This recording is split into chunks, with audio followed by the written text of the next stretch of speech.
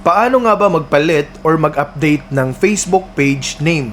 So sa video na to, yan yung pag-usapan natin. Pero syempre, kung bago ka pa lang sa channel natin at gusto mo ng mga free load, make money online, GCash, or kahit ano mga tips and tricks, make it sure na naka-like, subscribe dahil lagi po kami namimigay ng free load and GCash.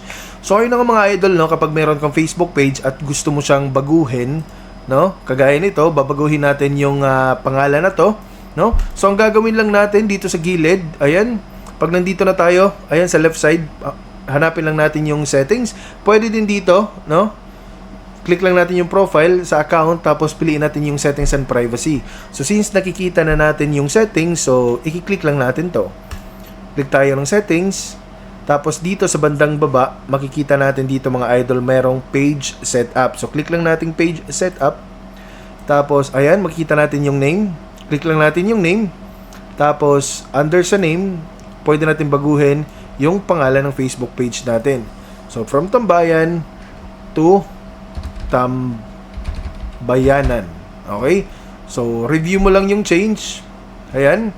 So kapag okay ka na dyan, no? Enter mo yung password, then pindutin mo yung request change at automatic mababago na po yung Facebook page name mo. So meron ding iba up to 3 days po, no?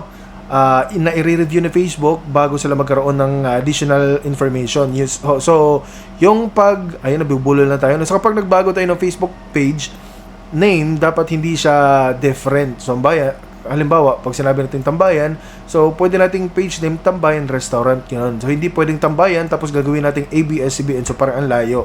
Okay? So may possibility na hindi pa tayo ma-accept nun pag ganun. So I hope na nakatulong tong video na to. Please do hit the like and subscribe.